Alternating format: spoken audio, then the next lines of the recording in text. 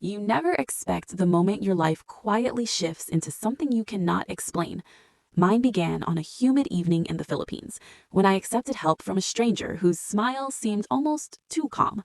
At the time, nothing about him felt dangerous, just unusual.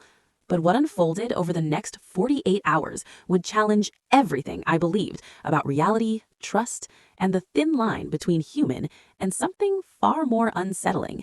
This is not just a travel story. It is the account of the night I realized the stranger watching me was never truly human at all. I arrived in the Philippines chasing nothing more dramatic than quiet adventure. The plan was simple: explore unfamiliar streets, film local markets, and gather enough footage for a modest travel documentary. For 2 peaceful days, everything went exactly as expected. The air smelled of salt and grilled food, jeepneys rattled through crowded roads, and strangers greeted me with effortless warmth. If anything, the country felt overwhelmingly alive. That was precisely why the man I met on my third night seemed so harmless at first, just another friendly face in a place known for its remarkable hospitality and easygoing evening rhythm. I noticed him outside a small convenience store, standing perfectly still beneath a flickering streetlight. Most people shifted their weight or checked their phones, but he simply watched the road with patient focus. When our eyes met, he smiled politely as if we already knew each other. I might have walked past, but my camera bag suddenly slipped, and he stepped forward with unsettling speed to help me. Up close, his voice sounded normal, yet strangely measured, like someone carefully imitating casual conversation rather than speaking naturally in that humid midnight street. Moments of quiet, unexpected connection and subtle unease. He introduced himself only as Daniel, offering directions I had not actually requested. According to him, the night markets nearby were closing early and tourists sometimes got lost in the maze of side streets. His concern sounded reasonable, even thoughtful. Yet something about the timing felt strangely precise. Still, tired and slightly disoriented, I accepted his offer to walk me toward my hotel. It seemed like the safest choice available, and nothing in his calm expression suggested I should have turned around right there, beneath the buzzing streetlight that hummed softly above our first, quiet and deeply. As we walked, I began filming casually, capturing ambient footage for my documentary. Daniel did not object. In fact, he positioned himself carefully at the edge of the frame, as though he understood camera angles better than most travelers. Our conversation drifted between small talk and long silences. Whenever I asked personal questions, his answers remained oddly vague. He spoke fluent English, yet his accent shifted subtly between sentences, never quite settling anywhere familiar to my ear, which should have warned me something about him did not fully belong in the ordinary nighttime rhythm surrounding us, that quiet, tropical. About 10 minutes into the walk, my phone battery suddenly dropped from 40% to dead. I remember frowning because the device was nearly new. Daniel noticed immediately. With a knowing nod, he suggested certain areas of the city sometimes interfered with electronics. The explanation sounded convenient, but not impossible. Still, I felt the first quiet ripple of unease move through my chest. The night air suddenly seemed heavier, and the streetlights around us flickered in uneven pulses that felt strangely synchronized with his slow and carefully measured breathing beside me in the deepening tropical midnight silence of that street. We reached a narrow, shortcut alley he insisted was faster.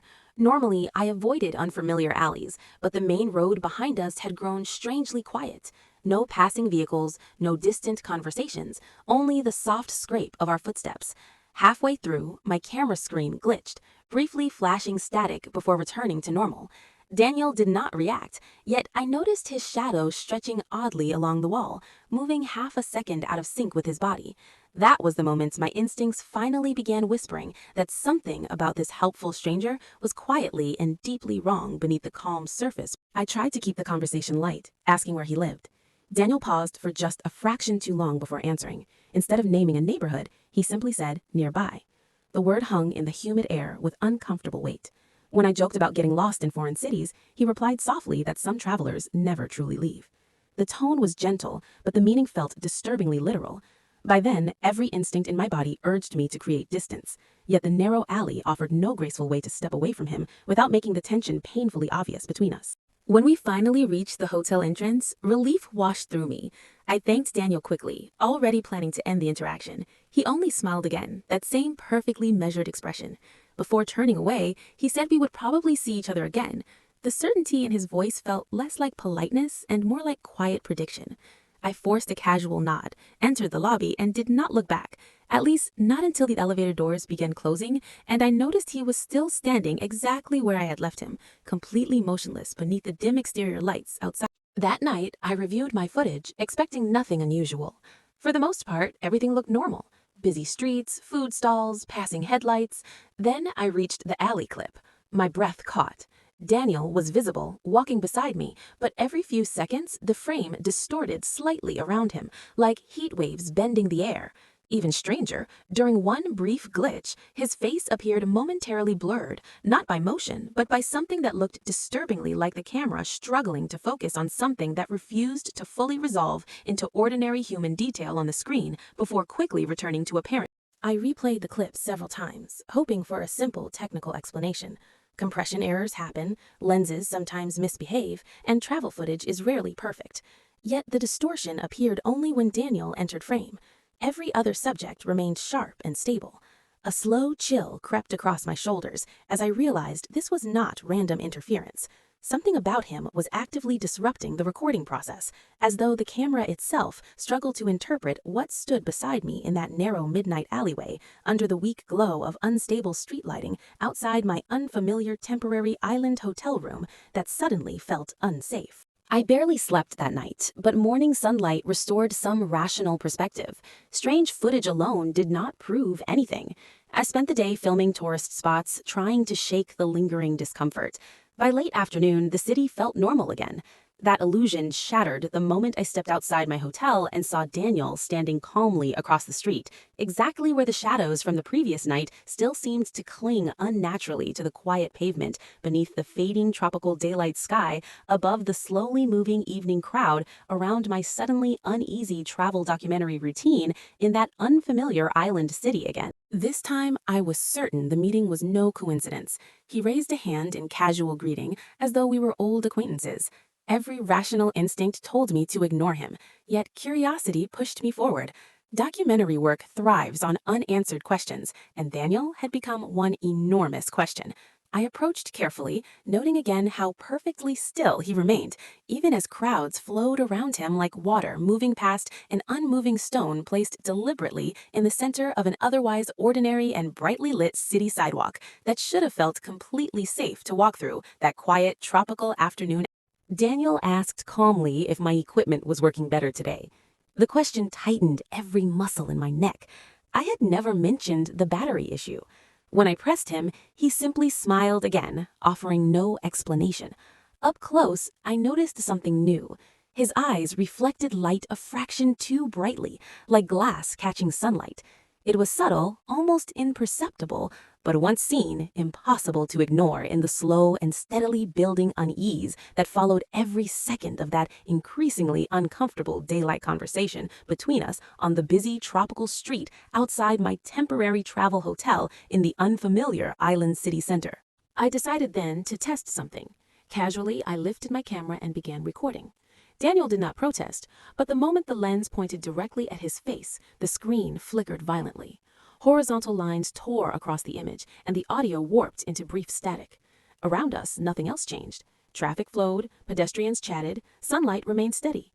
Only Daniel seemed to distort reality, like a signal the world itself could not properly process in that increasingly tense and deeply unsettling afternoon encounter unfolding quietly on the crowded city sidewalk beneath the fading tropical sky above my rapidly escalating travel experience. I lowered the camera, heart pounding.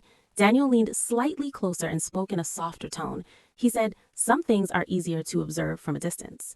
The comment sounded less like advice and more like a warning. For the first time, genuine fear replaced curiosity. I made a polite excuse and walked away, resisting the urge to run. Behind me, I could feel his gaze lingering, steady and patient, as though he knew distance would not actually end whatever quiet interest he had developed in my presence within that unfamiliar tropical city environment surrounding my increasingly uneasy documentary. Back in my room, I reviewed the new footage.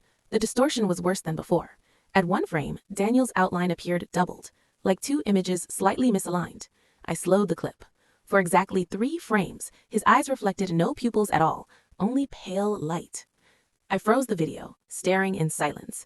Whether technical anomaly or something far stranger, one fact was now impossible to ignore. during that long and increasingly tense evening inside my temporary hotel room, overlooking the unfamiliar tropical city streets below my growing and deeply unsettled travel documentary investigation into the calm and very abnormal stranger. I considered leaving the city early, but unfinished work kept me there. Instead, I decided to avoid Daniel completely. For most of the next day, the plan worked. I filmed busy markets, interviewed vendors, and stayed in crowded areas. Evening arrived, warm and uneventful. Then, as I returned to my hotel, the lobby lights flickered once, twice, and Daniel stepped quietly from the shadowed corner near the elevators, where I was absolutely certain no one had been standing just seconds earlier in that brightly lit and otherwise completely ordinary hotel interior space that suddenly felt far less welcoming than before. This time, he did not pretend coincidence. He simply asked why I kept pointing cameras at things I did not understand. The question landed heavily. I demanded to know what he meant. Daniel studied me quietly, then said some visitors notice more than they should.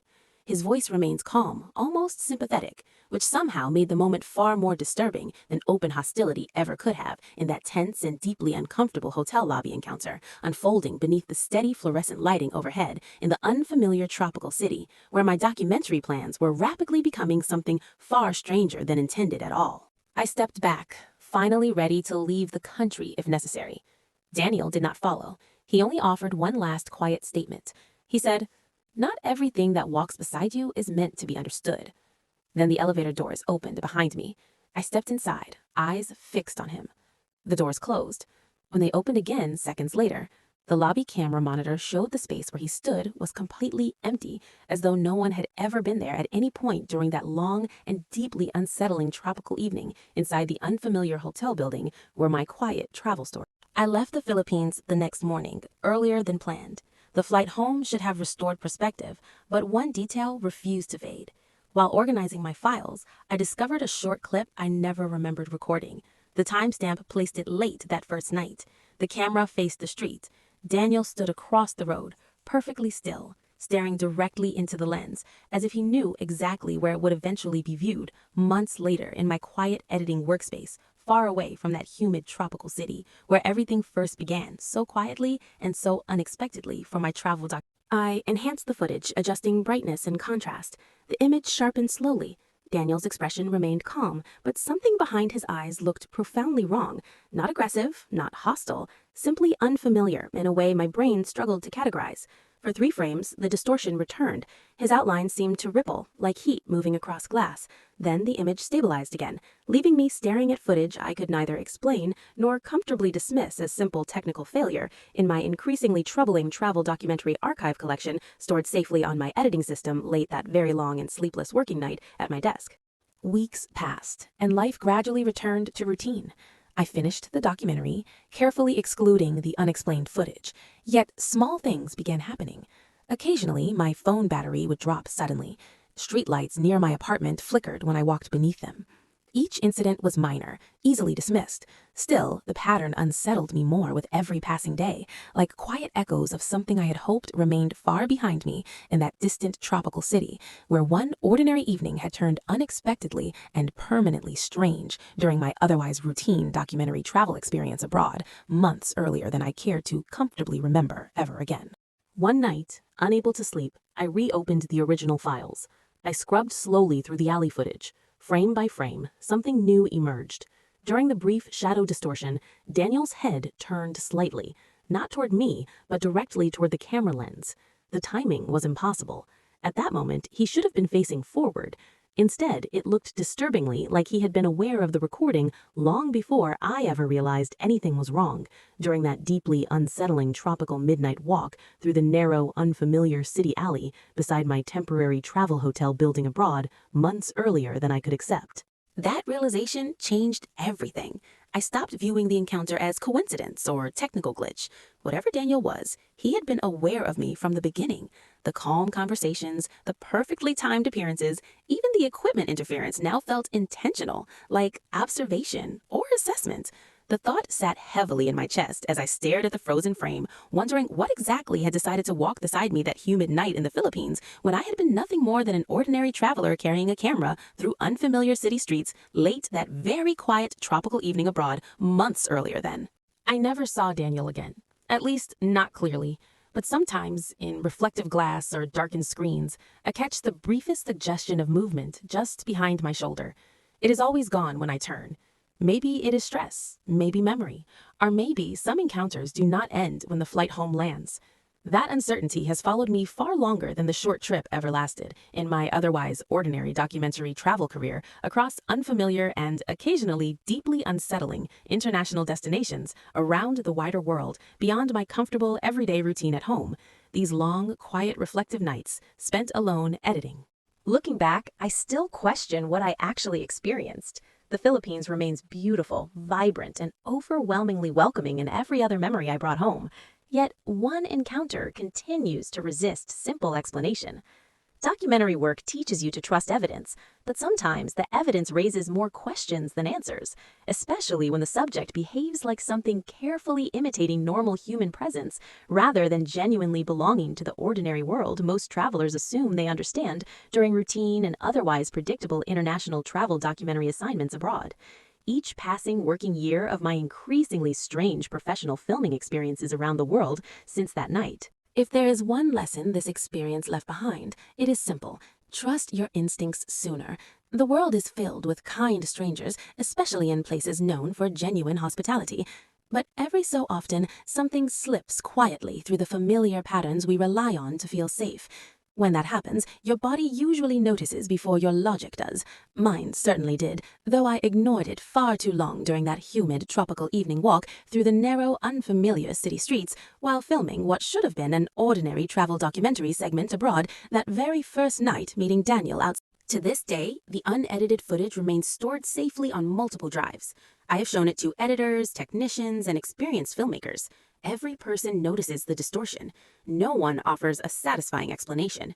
Most eventually suggest equipment error, yet none can replicate the effect under controlled conditions. That unanswered detail continues to sit quietly in the back of my mind, unresolved and persistently unsettling during the many otherwise routine documentary projects I have completed across different countries since that strange and deeply memorable tropical encounter years ago on that humid island night abroad, filming alone with my travel camera gear. So, when people ask whether I believe in unexplained encounters, I answer carefully. Most stories have logical endings. This one does not. Somewhere in my archived footage, a calm stranger stands beneath a flickering tropical streetlight, smiling with quiet patience. Maybe he was human, maybe something else entirely. All I know for certain is this. The night I trusted him in the Philippines was the night my ordinary understanding of reality shifted permanently into something far more uncertain than I had ever expected from a simple documentary travel assignment abroad that quiet and deeply unforgettable humid tropical evening long.